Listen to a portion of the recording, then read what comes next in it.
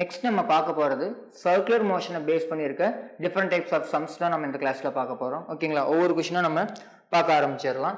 First கொஷினில் என்ன இருக்குது அப்படின்னா, டூ சைக்கிள்ஸோட சைக்கிள் வந்து அலாங் ஏ சர்க்குலர் ட்ராக்ல வந்து மூவ் ஆகுதுன்னு சொல்கிறாங்க. ஃபர்ஸ்ட் அதோட வந்து R1ங்கிற ரேடியஸ்லையும் செகண்ட் சைக்கிள் வந்து R2 அப்படிங்கிற ரேடியஸ்லையும் வந்து யூனிஃபார்ம் ரேட்டில், என்னது யூனிஃபார்ம் ரேட், ஓகேங்களா, யூனிஃபார்ம் ரேட்னா ஒரே மாதிரி ஒரே வீதத்துல அப்படிங்கிற மாதிரி சொல்லலாம். ஓகேங்களா, யூனிஃபார்ம் ரேட்ல வந்து மூவ் ஆகுது அப்படிங்கிற மாதிரி சொல்லியிருக்காங்க. Next, if both of them takes same time, ரெண்டு பேரும் சேம் டைம் எடுத்துக்கிறாங்க. எதுக்கு? ஒரு ரெவல்யூஷனை கம்ப்ளீட் பண்றதுக்கு. ஒரு ரெவல்யூஷனா எக்ஸாம்பிளுக்கு ஃபர்ஸ்ட் சர்க்குலர் பாத் இப்படி, செகண்ட் சர்க்குலர் பாத் இப்படி இருக்குன்னு வச்சுக்கலாம். ஓகேங்களா, இதோட ரேடியஸ் வந்து நான் R1 எடுத்துக்கிறேன், இதோட ரேடியஸ் R2. ரேடியஸ் சேம்னு அவங்க சொல்ல, அதனால நான் டிஃபரெண்டா எடுத்துக்கிறேன். ஓகேங்களா, ஆனா ரெண்டும் டைம் பீரியட் என்னது, இது இங்க இருந்து திரும்பி இந்த இடத்துக்கு ஒன் ரெவல்யூஷனுக்கு எடுத்துக்கிற டைம் T தான், இது இங்க எடுத்துக்கிற டைம் T தான். ரெண்டு டைமும் சேம்னு சொல்லிட்டாங்க. அப்ப நான் இது ஃபர்ஸ்ட் இதை வந்து நான் T1 எடுத்துக்கிறேன், இதை T2 எடுத்துக்கிறேன் அப்படின்னு கன்சிடர் பண்ணோம்னா T1 ஈக்குவல் டு T2, அதுதான் வந்து கொடுத்துருக்க கண்டிஷன். அப்படியா இருந்தா ஆங்குலர் ஸ்பீட்ஸ், தியர் ஆங்குலர் ஸ்பீட்ஸோட ரேஷியோ கேட்கறாங்க. அவங்க என்ன கேட்கறாங்க, ஆங்குலர் ஸ்பீட்னா நம்ம என்னன்னு சொல்லுவோம், ஒமேகா. லீனியர் ஸ்பீட்னா V, angular speed, angular velocity தான் ஒமேகா. அதோட மேக்னிடியூட் மட்டும் நம்ம பார்த்தோம்னா அது என்னன்னு சொல்லலாம், ஸ்பீடுன்னு சொல்லலாம். அப்ப angular speed omega 1 by omega 2. ஓகேங்களா, அதுதான் கொஸ்டின்ல கேட்கறாங்க. சரி, ஓகே, கொஸ்டின் என்ன கொடுத்துருக்காங்க, டைம் பீரியட் சேம்னு சொல்லிட்டாங்க. அப்ப இதுல இருந்து நம்ம என்ன சொல்லலாம், டைம் பீரியடுக்கான ஃபார்முலா இன் டர்ம்ஸ் ஆஃப் ஒமேகாவை வச்சு, ஓகேங்களா, இன் டர்ம்ஸ் ஆஃப் ஒமேகா வச்சு T ஈக்குவல் டு 2π பை ஒமேகான்னு வருங்களா. அப்ப 2π பை ஒமேகா, இங்கேயுமே 2π பை ஒமேகா, இது ஒமேகா 1, இது ஒமேகா 2. சேம் ரேட் அப்படின்னு சொன்னதுனால நம்ம என்ன சொல்லலாம் அப்படின்னா, இந்த ஒரு கொஸ்டின்ல சேம் ரேட் அப்படிங்கும்போது ஒமேகாவும் சேம் தான். ஓகேங்களா, இந்த இடத்துல ஒமேகாவும் சேம் தான். அதை வச்சு நம்ம பார்க்கும்போது ரெண்டு கேன்சல் ஆயிடுச்சு அப்படின்னா ஒமேகா 1 இங்க போயிடுச்சுன்னா omega 1 by omega 2 equal to 1 by 1, which means answer வந்து 1:1 அப்படி எழுதலாம். அல்லது சார் இந்த சேம் ரேட்டுங்கிறத வச்சு என்னால அதை கண்டுபிடிக்க முடியல சார் அப்படின்னா ஜஸ்ட் நீங்க இப்படி அப்ளை பண்ணுங்கிற அவசியம் இல்லை. ஒமேகாவோட ஃபார்முலா என்ன எழுதலாம், omega equal to V equal to R omega. ஆமாங்களா, அப்போ ஒமேகா வேணும்னா V பை R. ஓகேங்களா, அப்ப நம்ம என்ன பண்ணலாம்னா இந்த இடத்துல ஒமேகா 1 பை ஒமேகா 2க்கு பதிலாக 1 டிவைட் பை 2π கேன்சல் ஆயிடும். 1 டிவைட் பை ஒமேகாக்கு பதிலாக V பை R, அதாவது ஆறுங்கிறது இந்த இடத்துல கேபிட்டல் R1 எடுத்திருக்காங்களா. இப்ப V பை R1 இங்க என்ன வரும், 1 divide by V by R2. Same rate அப்படிங்கும் போது V வந்து சேமா இருக்கும். ஓகேங்களா, அப்ப நம்ம இதை கிராஸ் மல்டிப்ளை பண்றோம் அப்படின்னா ஜஸ்ட் இதை எப்படி எழுதலாம், இந்த இடத்துல நான் எழுதுறேன். ஓகேங்களா, R1 by V equal to R2 by V ன்னு எழுதலாம். ஓகேங்களா, R1 by V equal to R2 by V அப்படிங்கிற மாதிரி எழுதலாம். நமக்கு V in terms of V equal to R ஒமேகான்னு எழுதலாங்களா.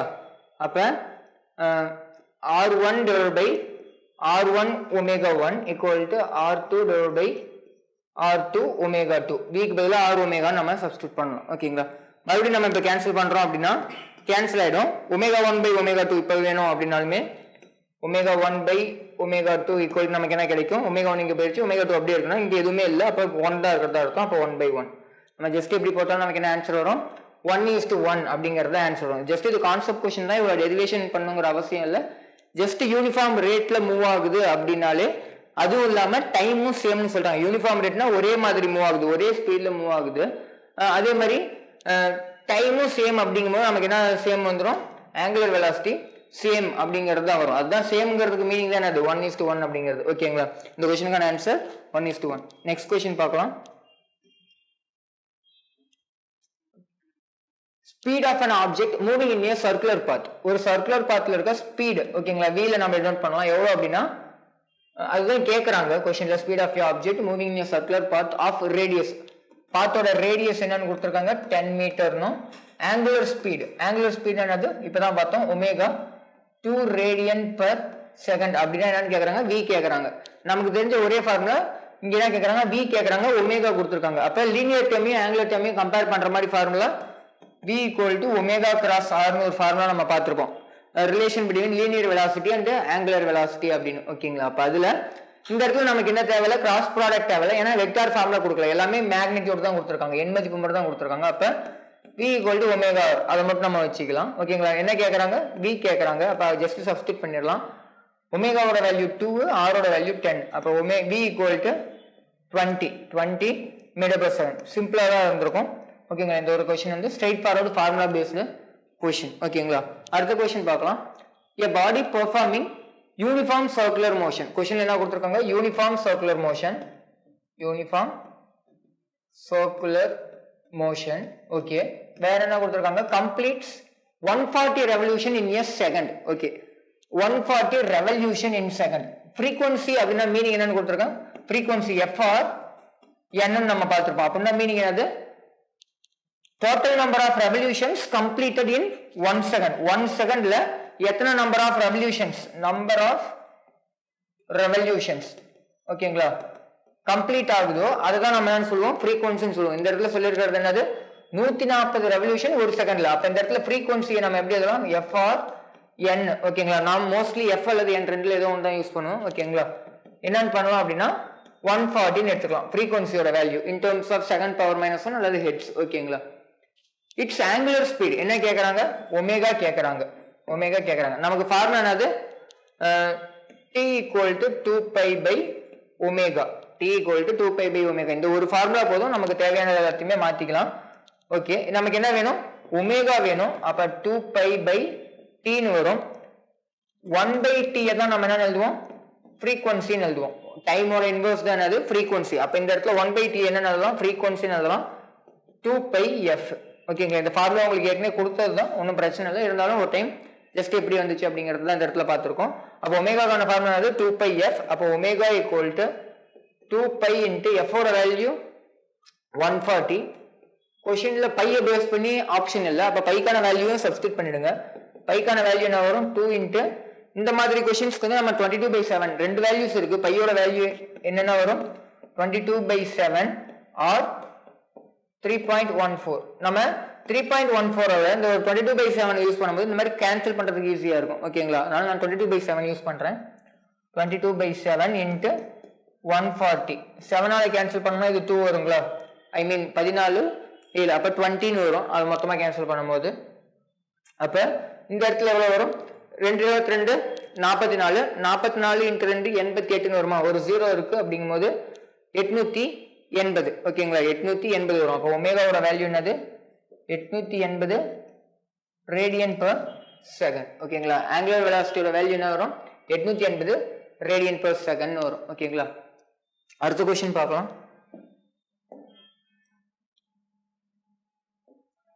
Centripetal acceleration of the cyclist completing 7 rounds in 1 minute. எவ்வளவு complete பண்ணிருக்காங்க, 7 rounds அல்லது 7 revolutions சொல்லலாம். எவ்வளவு, 1 minute-ல okay. along a circular track of radius r என்ன கொடுத்திருக்காங்க, 5 metre okay. at a constant speed. Speed எப்படின்னு சொல்லிட்டாங்க, ஸ்பீடு கான்ஸ்டன்ட்னு சொல்லிட்டாங்க. at a constant speedல ஓகே கான்ஸ்டன்ட் ஸ்பீட்ல டிராவல் ஆகுது அப்படிங்கிற மாதிரி சொல்லிட்டாங்க. என்ன கேட்கறாங்கன்னா சென்ட்ரிபிட்டல் ஆக்சலரேஷன் கேட்கறாங்க. ஏசி சென்ட்ரிபிட்டல் ஆக்சலரேஷன் அப்படிங்கும்போது இது என்ன மோஷன், யூனிஃபார்ம் சர்க்குலர் மோஷன். எந்த மோஷனா இருந்தாலும் பிரச்சனை இல்லை. சென்ட்ரிபிட்டல் ஆக்சலரேஷன் ஃபார்முலா நமக்கு என்ன வரும், v²/r அல்லது ω²r. இந்த இடத்துல எதை பேஸ் பண்ணி வேல்யூ கொடுத்துருக்காங்க அப்படின்னா r ரெண்டுலயுமே இருக்கு, இங்கேயுமே வேல்யூ இருக்கு, பிரச்சனை இல்லை. இந்த क्वेश्चनல 7 rounds per minute ஓகேங்க. ஒரு மினிட்டுக்கு 7 ரவுண்ட். நார்மலா ஃப்ரீக்வன்சி இப்பதான் நம்ம பார்த்தோம். ஃப்ரீக்வன்சி அப்படின்னா number of revolutions per second ஓகேங்களா, பர் செகண்ட்ல யூஸ் பண்ணுவோம், அதுதான் ஃப்ரீக்வன்சி.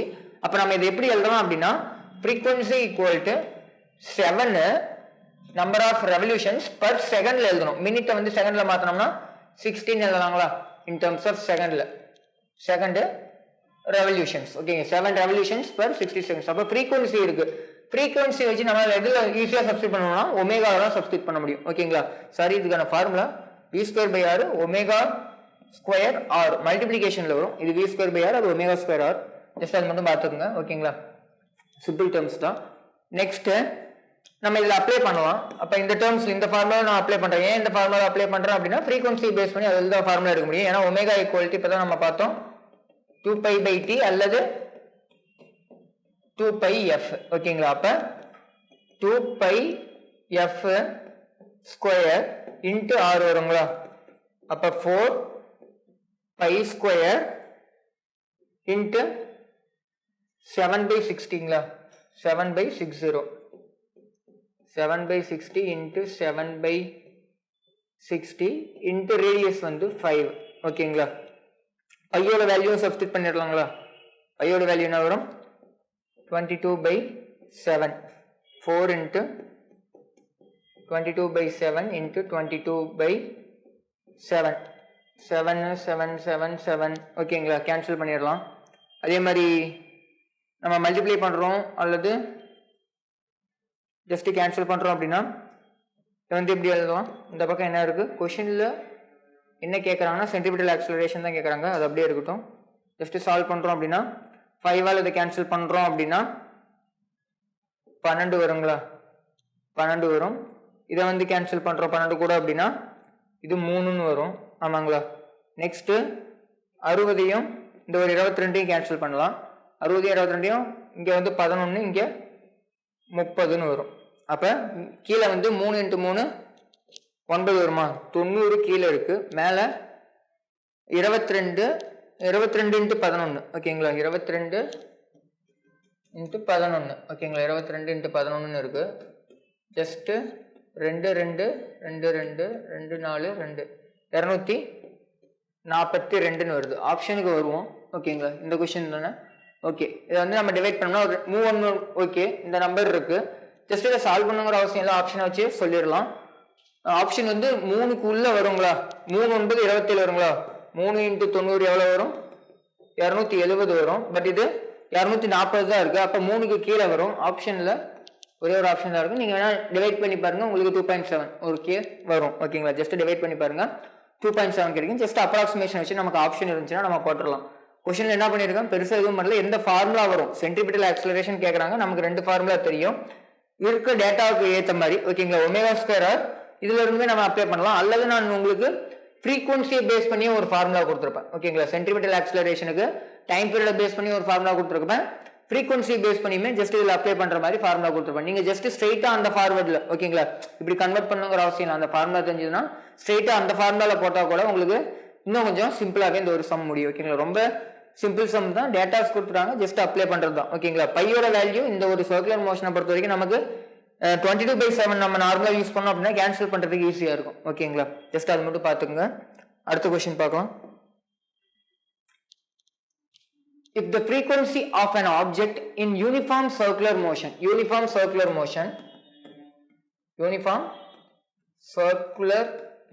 ல frequency of the object is doubled. Frequency of the object in uniform circular motion. F வந்து என்னவா மாறுது?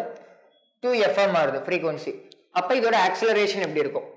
A எப்படி மாறும்? எத்தனை மடங்கு மாறும் அப்படிங்கிற மாதிரி கேட்டிருக்காங்க. யூனிஃபார்ம் சர்க்குலர் மோஷன்ல இருக்க ஒரே ஒரு ஆக்சலரேஷன் என்னது? சென்ட்ரிபிட்டல் மட்டும் தான் இருக்கும். ஆமாங்களா? Centripetal acceleration. ஓகேங்களா? இது மட்டும் தான் இருக்கும். அப்படிங்கும் போது இதுக்கான ஃபார்முலா நமக்கு தெரிஞ்சது இன் டர்ம்ஸ் ஆஃப் ஃப்ரீக்வன்சியை பேஸ் பண்ணி மறுபடியும். ஓகேங்களா? நம்ம எப்பயும் போல 2π அதாவது சென்ட்ரிபிட்டல் ஆக்சலரேஷன் A = ω²r. நான் இதான் யூஸ் பண்ணிக்கிறேன். எனக்கு இந்த ஒரு ஃபார்முலா ஈஸியா இருக்கும், கன்வீனியன்ட்டா இருக்கும். மோஸ்ட்லி நம்ம யூஸ் பண்றது. நீங்க வந்து ஸ்ட்ரெயிட் ஃபார்வர்ட் அந்த ஃபார்முலா யூஸ் பண்ணாலுமே நோ ப்ராப்ளம். ஓகேங்களா? இப்போ ஒமேகாவுக்கு பதிலாக 2πf² × r AC இந்த இடத்துல இந்த ஒரு ஃபார்முலா நமக்கு கிடைச்சிருக்கு. 2πf² × r அப்படிங்கிறது. கொஸ்டின் என்ன கொடுத்துருக்காங்க? ஃப்ரீக்வன்சியை டபுள் பண்ணா ஆக்சலரேஷன் என்ன ஆகும்? நல்லா கவனிங்க. யூனிஃபார்ம் சர்க்குலர் மோஷன் அப்ப சேம் ரேடியஸ் தான் இருக்கு. Radius constant, 2 constant, π constant. இந்த மூணு டேர்ம்ஸுமே கான்ஸ்டன்ட். அப்ப AC எதை மட்டும் தான் டிபெண்ட் பண்ணியிருக்கும் இந்த இடத்துல? Directly proportional to f². ஓகேங்களா? f²க்கு டைரக்ட்லி ப்ரொபோர்ஷனல். அப்ப AC எப்படி மாறும் அப்படின்னா f என்ன ஆயிடுச்சு? 2f ஆயிடுச்சு. அப்ப 2f²னா AC எதுக்கு ஈக்குவலா இருக்கு? 4f². முதல் கண்டிஷன்ல f² இருந்துச்சு. AC proportional to f². இப்ப AC ப்ரொபோர்ஷனல் டு எதுக்கு இருக்கு? 4f² இருக்கு. ஓகேங்களா? 4f². அப்ப எத்தனை மடங்கு ஆயிருக்கு? AC 4 மடங்கு ஆயிருக்கு. ஃப்ரீக்வன்சியை 2 மடங்கு ஆக்கணும்னா AC என்னவாகுது? ஃபர்ஸ்ட்ல இருந்ததுக்கும் கடைசியில இப்ப பாக்குறதுக்கும் எவ்வளவு டிஃபரன்ஸ் இருக்கு? 4 மடங்கு இருக்கு. அப்ப ஆன்சர் என்னது? 4 டைம்ஸ். ஜஸ்ட் ரேஷியோ பேஸ் பண்ண கொஸ்டின், ரிலேஷனை பேஸ் பண்ண கொஸ்டின். ஓகேங்களா? ஜஸ்ட் நீங்க இல்ல சார் நான் வந்து ஃபர்ஸ்ட் சப்ஸ்டிட் தான் பண்றேன் அப்படின்னா ஃபர்ஸ்ட் ஏசியை வந்து 1 எடுத்துக்கலாம், ரெண்டாவது ஏசியை 2 எடுத்துக்கலாம் ரெண்டாவது கண்டிஷனுக்கு. ஓகேங்களா? 2 பை எஃப் அதை வந்து அப்ளை பண்ணோம்னா 4 pi square f square f1 square r square divide by, ஏன்னா ஆர் ரேடியஸ் மாற போறதுல இங்கேயுமே அதே தானே வரும், 4 pi square f2 square r square வரும். R square 4 pi square cancel ஆகிட்டு நமக்கு என்ன கிடைக்கும், f1 பை f2 ஓட ஸ்கொயர் தான் வேணும். f1 வந்து இனிஷியல் என்னது ஃப்ரீக்வன்சி f தான், f ஸ்கொயர் டிவைட் பை இது என்ன ஆகும் 2f ஸ்கொயர் வருங்களா. 2 f2 ஓட வேல்யூ என்னது, ஃபர்ஸ்ட் f1 இது f1 இது f2, அப்ப 2f ஹோல் ஸ்கொயர், அப்ப f square by 4 f square cancel ஆயிடுச்சுன்னா 1 பை 4 னு கிடைக்குங்களா. இது AC1 ஓகேங்களா, அதாவது centimetre acceleration 1 by centimetre acceleration 2. 1 மாதிரி 2 எத்தனை மடங்கு இருக்கு அப்படிங்கறத கேட்றாங்க. அப்ப AC2 தான் நமக்கு தேவை, ஏன்னா அது 1 மாதிரி எத்தனை மடங்கு ஆகியிருக்கும் அப்படிங்கறத கேட்றாங்க. அப்ப 4 டைம்ஸ் ஆஃப் இது இங்க வந்துச்சுன்னா 4 டைம்ஸ் ஆஃப் AC1 அப்படிங்க, AC2 equal to 4 times of AC1, அப்ப 4 மடங்கு ஆகும் அப்படின்னு சொல்லலாம். ஓகேங்களா? ஜஸ்ட் நீங்க சிம்பிளா போட்டுடலாம் ரிலேஷன் வச்சு, அல்லது ஜஸ்ட் சப்ஸ்டிட் பண்ணி போடணும் அந்த ஃபார்முலாவே அப்படியே அப்ளை பண்ணி போடணும் அப்படின்னா ஜஸ்ட் இந்த மாதிரி போட்டுக்கலாம். ஓகேங்களா? ஜஸ்ட் நீங்க எந்த மெத்தட் வேணாலும் ஃபாலோ பண்ணலாம், ரெண்டுமே சிம்பிளா தான் இருக்கும். ஓகேங்களா? இந்த மாதிரி கொஸ்டின்ஸ் இந்த யூனிட்லன்னு இல்லை, மோஸ்ட் ஆஃப் த நம்மளோட டுவல் நேச்சரா இருக்கட்டும். ஓகேங்களா? Dual nature of matter and radiation, அதே மாதிரி வந்து வேற எந்த யூனிட்ஸ்ல கேட்கலாம் அப்படின்னா கரண்ட் எலக்ட்ரிசிட்டி, இந்த மாதிரி வந்து ரேஷியோ எடுக்கிறது எத்தனை மடங்கு மாறும், கிராவிடேஷன், இந்த யூனிட்ஸ் எல்லாம் இந்த மாதிரி கொஸ்டின்ஸ் வந்து நிறைய கேட்கறதுக்கு வாய்ப்பு இருக்கு. ஓகேங்களா? ஜஸ்ட் ரிலேஷன்ல இருந்து நம்ம அதை எப்படி எடுக்கிறோம். ஓகேங்களா? நமக்கு தெரிஞ்ச அந்த ஒரு ஃபார்முலா வந்து எது கான்ஸ்டன்ட் எது வேரியபிள், கான்ஸ்டன்ட்டை விட்டுறலாம், ஒரு குவான்டிட்டி மாறுது. ஓகேங்களா? ஒரு வேல்யூ வந்து எத்தனை மடங்கு மாறுது அல்லது எத்தனை டைம்ஸ் இருக்கு அப்படிங்கிற மாதிரி கேட்கறாங்க அப்படின்னா அது எதை டிபெண்ட் பண்ணிருக்கும் அப்படின்னா வேரியபிள்ஸ் மட்டும் தான் டிபெண்ட் பண்ணிருக்கும். அதாவது இந்த இடத்துல ஃப்ரீக்வன்சி மாறி இருக்கு, அப்ப மாறுறதுக்கு பேர் வேரியபிள், மாறாம இருக்கிறதுக்கு இங்கேயும் 2 பைனா அங்கேயும் 2 பை தான் இருக்குதுன்னா அதுக்கு பேர் என்னது, கான்ஸ்டன்ட். ஓகேங்களா? அப்ப அந்த கான்ஸ்டன்ட்டை டிபெண்ட் பண்ணியிருக்காது, வேரியபிளை மட்டும் தான் டிபெண்ட் பண்ணிருக்கோம். அப்ப இதுல எது வேரியபிள்னு பார்த்து ஜஸ்ட் அதுக்கு மட்டும் நம்ம ரேஷியோ எடுத்தோம்னா நமக்கு தேவையான வேல்யூ கிடைச்சிடும். ஓகேங்களா? புரிஞ்சிருக்கும்னு நினைக்கிறேன். மீதி क्वेश्चंस வந்து நம்ம நெக்ஸ்ட் கிளாஸ்ல பார்க்கலாம். ஓகேங்களா? Thank you. Future Vision Study Center, SKS Hospital Road, opposite to Hotel Lakshmi Prakash, near New Bus Stand, Salem. Cell 90420 30163.